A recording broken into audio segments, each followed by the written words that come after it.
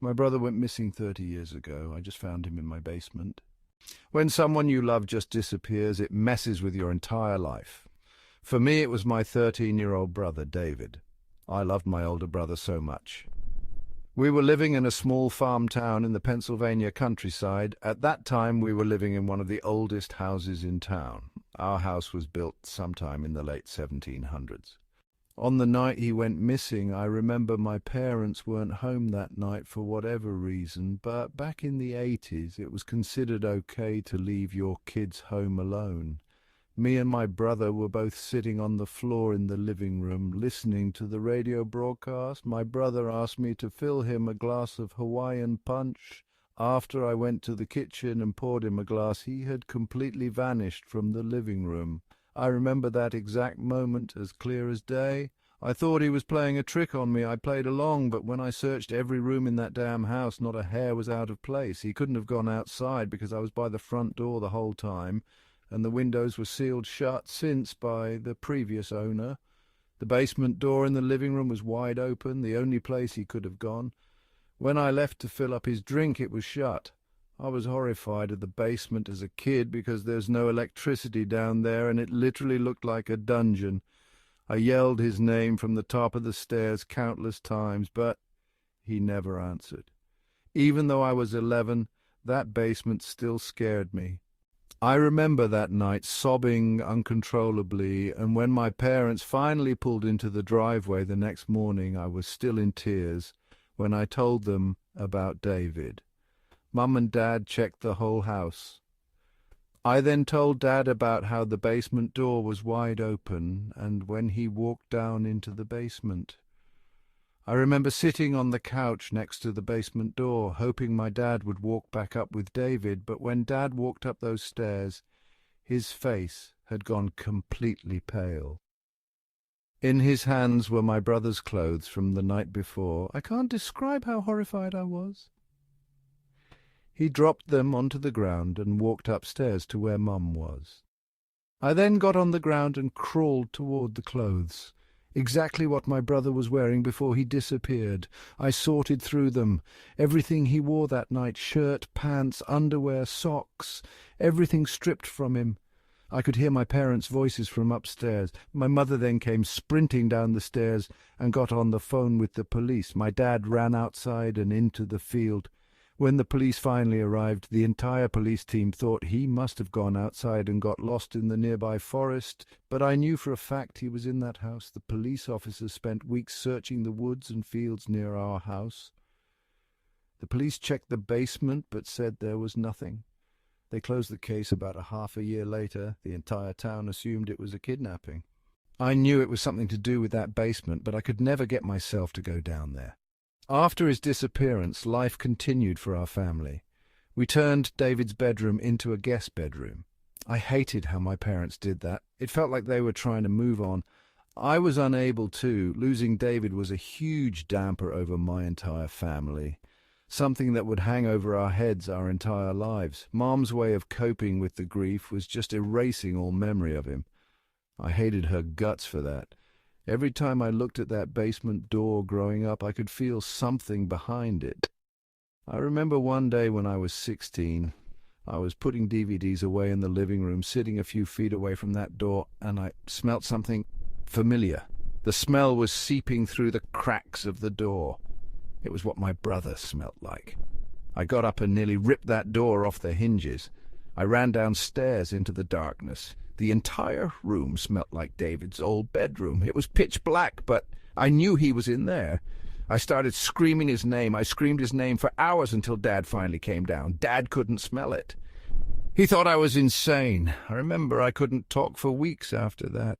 Nowadays, the 30-year anniversary of David's disappearance is rolling around. It's been a long 30 years without him.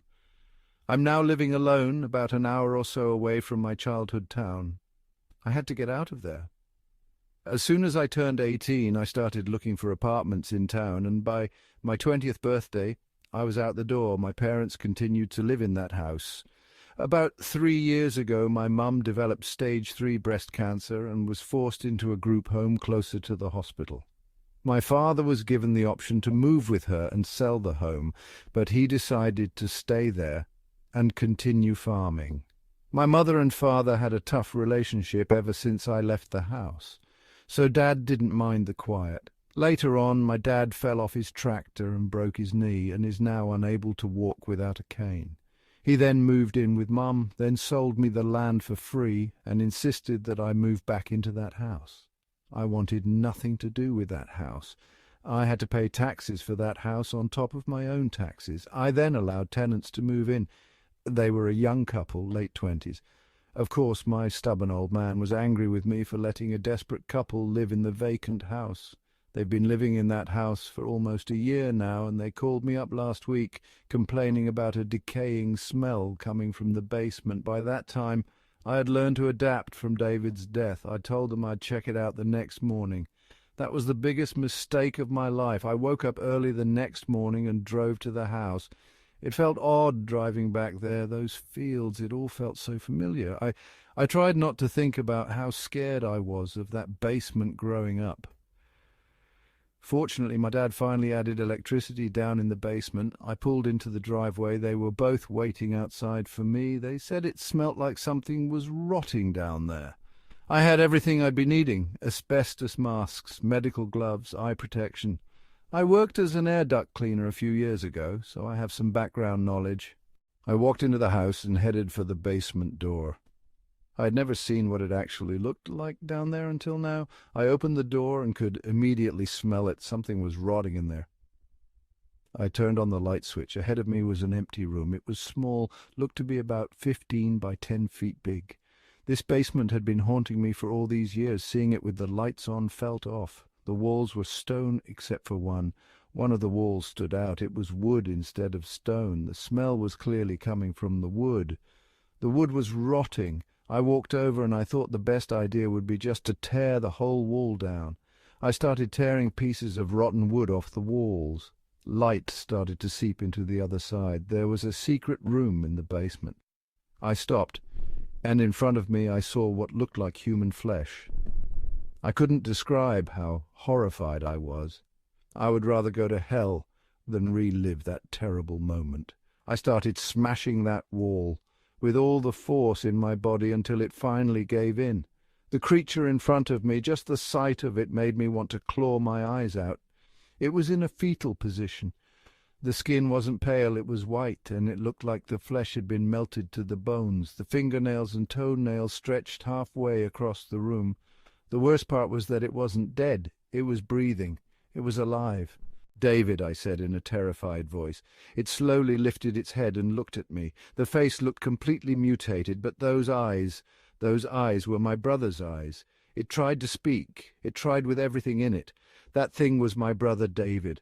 I had so many questions. How was he alive? What did he eat? How could he breathe? What the fuck happened? I kept the questions to myself. That was my brother in that basement. This whole time he's been in that fucking basement.